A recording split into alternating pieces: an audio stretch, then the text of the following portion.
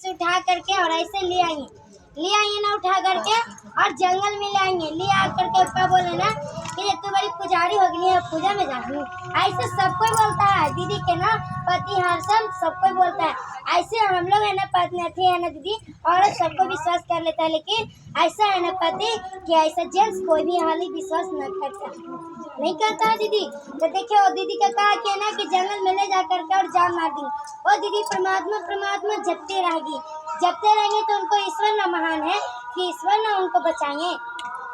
देखिए दीदी ऐसे जान मार दिया ना तो शैतान मौका ले लिया, मार दिया ना दीदी, जान लहका दिया जिंदे में, पार करके जिंदे में लहका दिया दीदी। यहाँ से पूरा जड़ गया, पूरा जड़ गया था, लेकिन यहाँ से गर्दन है ना, यहाँ से दम पूरा बच गया, उनका के बाल भी बच गया, एक उन्हीं बाल न जला। तो परमात्मा न मानते दीदी सकल के उतना धान दही लगता है कि हम दीदी तो जरूर परमात्मा बचाइए ना दीदी। वो जरूर न थोड़ा सा न बाल जलता दीदी, सकल में थोड़ा सा जरूर झुलाता ना दीदी।